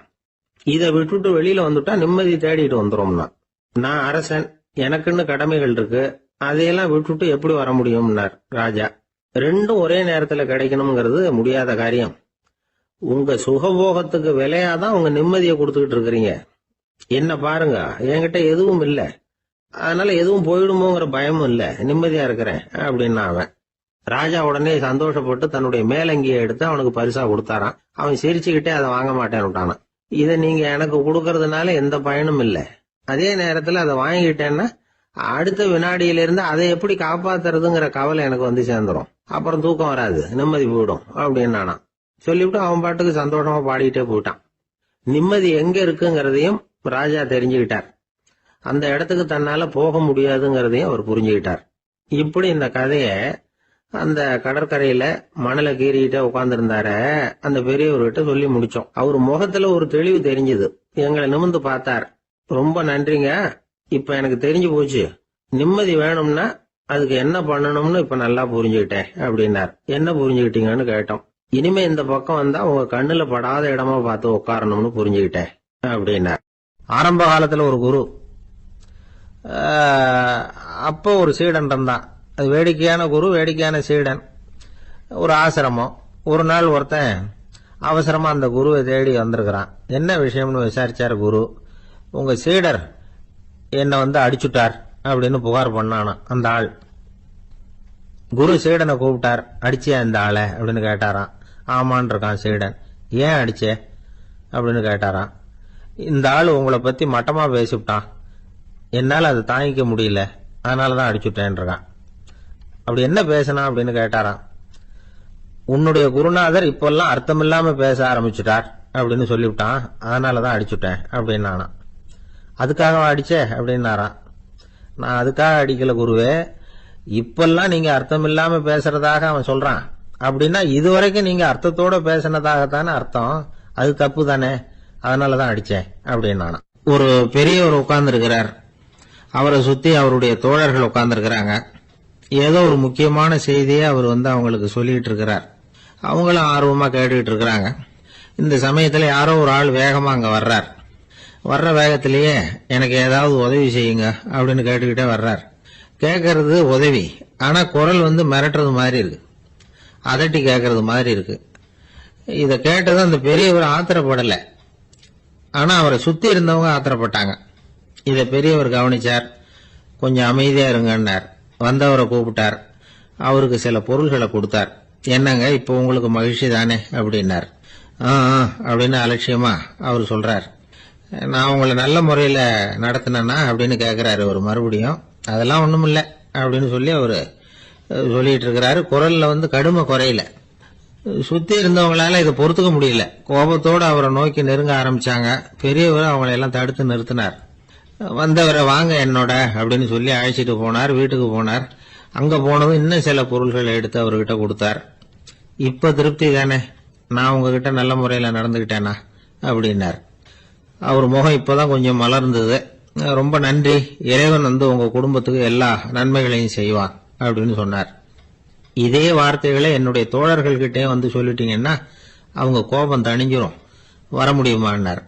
கண்டிப்பா வர்றேன் அப்படின்னாரு. மறுநாள் காலையில அந்த இடத்துக்கு வந்தார். அதே மாதிரி சொல்லிவிட்டு அவர் போயிட்டார். தோழர்கள்லாம் ரொம்ப வியப்போட பெரியவரை பார்த்தாங்க. அந்த பெரியவர் தான் நபிகள் நாயகம். அவர் சொன்னார், ஒருத்தன் ரொம்ப ஆசையா ஒரு ஒட்டகத்தை வளர்த்துக்கிட்டு வந்தான். ஒரு நாள் அந்த ஒட்டகம் கயத்தை அறுத்துக்கிட்டு ஓடி போயிட்டுது. அக்கம் பக்கத்தில் இருக்கிறவங்க எல்லாம் அந்த ஒட்டகத்தை பிடிக்கிறதுக்கு முயற்சி பண்ணாங்க. அதை துரத்திட்டு ஓடினாங்க. ஒட்டகம் தாறுமாறா ஓட ஆரம்பிச்சது. இந்த சமயத்துல ஒட்டகத்தை வளர்த்தவன் அங்க ஓடி வந்தான். நீங்க அதை ஒன்னும் செய்ய வேணாம், விட்டுருங்க, அதோட சுபாவம் எனக்கு நல்லா தெரியும், அதை சுலபமா என்னோட வழிக்கு கொண்டுட்டு வந்துட முடியும், நான் பாத்துக்கிறேன், விட்டுருங்க அப்படின்னா. எல்லாரும் விலகி போயிட்டாங்க. இவன் என்ன செஞ்சான் தெரியுமா? கொஞ்சம் புல்ல கையில எடுத்துக்கிட்டு அந்த ஒட்டகத்தை நெருங்கினான். அவ்வளவுதான். அது ஓடி இவன் காலடியில உட்காந்துக்கிட்டது. செல்லமா அதை அப்படியே தடவி கொடுத்தான். முதுகுல ஏறி உட்காந்துக்கிட்டான். அது பாட்டுக்கு சாதுவா நடந்து போகுது. இந்த கதையை நபிகள் நாயகம் தம்முடைய தோழர்களுக்கு சொல்றார். ஒட்டகத்தை மட்டும் இல்ல, சில மனிதர்களையும் கூட சில விதத்துல அணுகிதான் அவர்களை சீர்திருத்த வேண்டியிருக்குது அப்படிங்கறத அவங்களுக்கு உணர்த்தினார். இது ஒரு அழகான உளவியல் அணுகுமுறை. சில குடும்ப தலைவர்கள் கூட இந்த ஒட்டகம் மாதிரி நடந்துகிறது உண்டு, அப்புறம் அடங்கி போறதும் உண்டு. ஒரு குடும்ப தலைவர் காலையில எழுந்திரிச்சதுல இருந்து சத்தம் போட்டு கத்திக்கிட்டு இருப்பார். பக்கத்துல இருந்தவெல்லாம் ஓடி போய் சமாதானம் பண்ணி பார்த்தாங்க. அவர் ஓயறது மாதிரி தெரியல. கடைசியில் அவர் மனைவி வந்தாங்க. நீங்க எல்லாம் விலைக்கு போயிடுங்க, அவர் சுபாவம் எனக்கு தெரியும், நான் பாத்துக்கிறேன் அப்படின்னாங்க. சரின்னு எல்லாரும் போயிட்டாங்க. சாயந்தரமா பாக்குறாங்க, அவர் சத்தம் இல்லாம ஒரு மூலையில உட்காந்துருக்கிறார். ரொம்ப சாதுவா. ஆச்சரியமா இருந்தது. என்னம்மா பண்ணீங்கன்னு கேட்டாங்க. அது ஒண்ணும் இல்லைங்க, ஒரு வேளை சாப்பாட்டை நிறுத்தினேன், பட்னி போட்டேன், அவ்வளவுதான் அப்படின்னா. ஒரு ஆளு வேகமா நடந்து போய்கிட்டு இருந்தான். அவன் வேகமா நடக்கிறதுக்கு காரணம் வெயில் காலம், காலில் செருப்பு இல்லை, மணல் பாதை, அதுதான் வேகம். காலில் செருப்பும் இல்லாம கையில குடையும் இல்லாம அந்த ஆளு வெயில்ல நடந்து போய்கிட்டு இருக்கிறான். அந்த சமயத்துல இன்னொருத்தன் குதிரை மேல ஏறி அந்த வழியா வந்துகிட்டு இருக்கிறான். அவன் காலில் செருப்பும் இருந்தது, கையில குடையும் இருந்தது. நடந்து போய்கிட்டு இருந்தவன் அந்த குதிரை ஆசாமியை பார்த்து கேட்டான், ஐயா, நீங்களும் குதிரை மேல உட்காந்துக்கிட்டு போய்கிட்டு இருக்கிறீங்க, அப்படி இருக்கிறப்போ உங்களுக்கு அந்த செருப்பு என்னத்துக்கு? அதை எனக்கு கொடுத்து உதவலாமே அப்படின்னா. குதிரை மேல உட்காந்துருந்தவன் யோசனை பண்ணி பார்த்தான். இவன் சொல்றது நியாயம்தானே அப்படின்னு சொல்லி தன்னுடைய செருப்பை கழட்டி அந்த வழிப்போக்கனுக்கு கொடுத்துட்டான். ரொம்ப நல்லதுங்க அப்படின்னு சொல்லி இவன் அதை வாங்கி காலில் மாட்டிக்கிட்டான். அதுக்கப்புறம் மறுபடியும் இவன் ஆரம்பிச்சான், ஐயா, நீங்க குதிரையில போறதுனால போக வேண்டிய இடத்துக்கு வேகமா போய் சேர்ந்துருவீங்க, அதனால உங்க கையில் அந்த குடை என்னத்துக்கு? நான் நடந்து போயிட்டு இருக்கிறவன், ரொம்ப நேரம் நடக்க வேண்டியிருக்கும் இந்த வெயில்ல, அதனால அந்த குடையையும் எனக்கு கொடுங்களேன் அப்படின்னா. குதிரை வீரன் யோசனை பண்ணி பார்த்தான். இதுவும் நியாயம்தானே அப்படின்னு அவனுக்கு தோணுச்சு. உடனே இறக்கப்பட்டு தன் காலில் இருந்த செருப்பை கொடுத்தது மாதிரியே தன் கையில் இருந்த குடையையும் இவங்கிட்ட கொடுத்துட்டான். அதுக்கப்புறம் அவன் நிம்மதியா புறப்பட்டான். இப்ப மறுபடியும் கை தட்டி அவனை நிறுத்தினான். கீழே நின்றுட்டு இருந்தவன், என்னப்பா, ஏன் என்ன நிறுத்தின? இன்னும் ஏதாவது வேணுமா உனக்கு அப்படின்னா குதிரையில இருந்தவன். இவன் மெதுவா வாயை திறந்து, அந்த குதிரையையும் என்கிட்ட கொடுத்துருங்களேன்னா. அந்த குதிரை வீரன் இப்போ ஒரு கணம் யோசனை பண்ணி பார்த்தான். உடனே என்ன பண்ணான் தெரியுமா? தன்கிட்ட இருந்த குதிரை சவுக்கை எடுத்தான். குதிரை சவுக்கால அந்த ஆளை வாங்குன்னு வீசி தள்ளிவிட்டான். இவ்வளவு சவுக்கடியும் வாங்கிக்கிட்டு இந்த ஆள் என்ன பண்ணான் தெரியுமா? சிரிக்கிறான். அடி வாங்கிட்டு யாராவது சிரிப்பாங்களா? குதிரை வீரனுக்கு ஒன்றும் புரியல. என்னப்பா அது, ஏன் இப்படி அடி வாங்கிட்டு இப்படி சிரிக்கிறியே அப்படின்னு கேட்டான். இப்ப அந்த வழிப்போக்கன் சொல்றான், ஐயா, நான் இப்படி சிரிக்கிறதுக்கு காரணம் இருக்கு. இப்படி குதிரை கேட்டு உங்ககிட்ட அடி வாங்கலேன்னு வச்சுக்கோங்க, என் உயிர் உள்ள வரைக்கும் மனசுல ஒரு தவிப்பு இருந்துகிட்டே இருக்கும். செருப்பையும் கொடையையும் கேட்ட உடனே கொடுத்தவன் குதிரையையும் கேட்டிருந்தா கொடுத்துருப்பானோ அப்படிங்கிற பேராசையில ஏங்கிக்கிட்டே இருந்திருப்பேன். இப்போ உங்ககிட்ட அடி வாங்கின பிறகு என்னுடைய அந்த சந்தேகம் தீர்ந்து போச்சு. என்னுடைய ஆசைக்கு எல்லை எது அப்படிங்கிறத எனக்கு புரிஞ்சுட்டுது அப்படின்னு சொல்லிவிட்டு அவன் நடக்க ஆரம்பிச்சுட்டானான். ஆசைக்கும் எல்லை உண்டு அப்படிங்கிறத விளக்கறதுக்காக வாரியார் சுவாமிகள் சொல்ற கதை இது. இந்த காலத்திலயும் ஒருத்தன் அது மாதிரி கொடை செருப்போட குதிரையில போய்கிட்டு இருந்தான். எதிரில் நடந்து வந்தவன், ஐயா, உங்க கொடையை எனக்கு கொடுங்களேன்னு கேட்டான். உடனே அவன் குதிரையிலிருந்து கீழே குதிச்சு அவனை சாட்டையால் அடிக்க ஆரம்பிச்சுட்டான். இன்னொருத்தர் அந்த வழியா வந்தவர் இதை பார்த்தார்.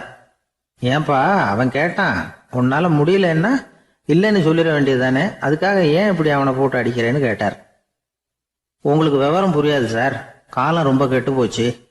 கேட்டதை கொடுத்தேன்னு வச்சுக்கோங்க, இந்த குதிரையே என்னோடது, அவன் திருடிக்கிட்டு போறான் அப்படின்னு என் பேர்ல புகார் கொடுக்க ஆரம்பிச்சிருவான் சார் அப்படின்னா. அது எப்படி அவ்வளவு உறுதியா சொல்றேன்னு கேட்டார் அவரு. ஏற்கனவே அது மாதிரி ஒருத்தன் பேர்ல புகார் கொடுத்துட்டு தான் இந்த குதிரையை நான் தள்ளிட்டு வந்துகிட்டு இருக்கிறேன் அப்படின்னார். ஒரு பெரிய தத்துவ சிந்தனையாளர் இருந்தார், சுவாங்சு அப்படின்னு பேரு. அவருடைய மனைவி ஒரு நாள் திடீர்னு காலமாயிட்டாங்க. ஐயோ பாவம், அவர் ரொம்ப வருத்தப்படுவார், போய் ஆறுதலாக 4 வார்த்தை பேசிவிட்டு வரலாம் அப்படின்னு நினச்சிக்கிட்டு நிறைய பேர் அவரை தேடிட்டு வந்தாங்களாம். வந்தவங்களுக்கு ஆச்சரியம், ஏன்னா இவர் வருத்தப்பட்டுக்கிட்டு இருப்பார் அப்படின்னு தானே எதிர்பார்த்தாங்க. அப்படி இல்லை, தாளம் போட்டுக்கிட்டு உட்காந்துருக்கிறார். தாளத்துக்கு தகுந்த மாதிரி பாட்டு வேற பாடிக்கிட்டு இருக்கிறார். என்ன மனுஷன் அவர், கொஞ்சம் கூட கவலை இல்லாமல் இப்படி இருக்கிறாரு அப்படின்னு நினைச்சாங்க. ஒருத்தர் துணிஞ்சு அவர்கிட்ட கேட்டுவிட்டார், என்னங்க இது இப்படி அப்படின்னு. அதுக்கு அவர் என்ன சொன்னார் தெரியுமா? இதை பாருங்க, என்னுடைய மனைவி பிறக்கிறதுக்கு முன்னாடி அவளுக்கு உயிரும் கிடையாது, உடலும் கிடையாது. அதுக்கு பிறகுதான் உயிர் வந்தது, உடல் வந்தது, அந்த உருவம் வந்தது. இப்போ என்ன ஆச்சு? அந்த உருவமும் உயிரும் போயிட்டுது, அவ்வளவுதானே. வந்தது போயிட்டுது. இளவேனில் காலம், இலையுதிர் காலம், பனிக்காலம், இப்படி பருவங்கள் மாறி மாறி வருது இல்லையா?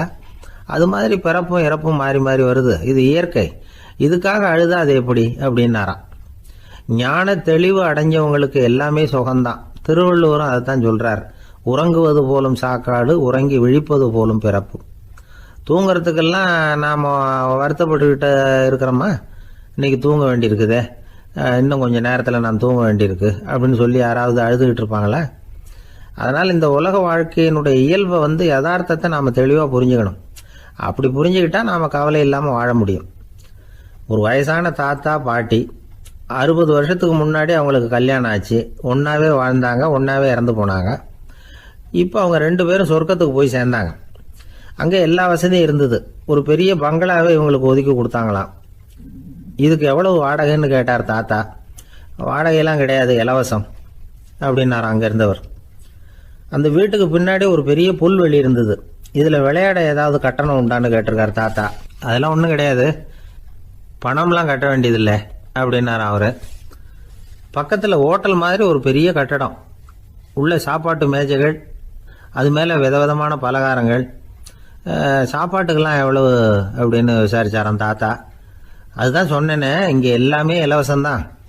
எது வேணும்னாலும் சாப்பிட்லாம், எவ்வளவு வேணும்னாலும் சாப்பிட்லாம் அப்படின்னாராம். நீங்கள் சொல்கிறீங்க அப்படி, ஆனால் நான் சர்க்கரை சேர்த்துக்கக்கூடாது, உப்பு சேர்த்துக்கக்கூடாது, பாட்டி கையால் எப்பவும் பத்திய சாப்பாடு தான் அப்படின்னாராம் தாத்தா.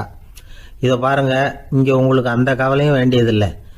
இங்கே நீங்கள் ஸ்வீட்டு சாப்பிட்லாம், காரம் சாப்பிட்லாம், உங்களுக்கு எந்த நோயும் வராது அப்படின்னாராம் அங்கே சொர்க்கத்தில் இருந்தவர். இதை கேட்ட உடனே அந்த தாத்தா பக்கத்தில் நின்ன பாட்டியை பார்த்து கத்தினாராம், அடி பாவி,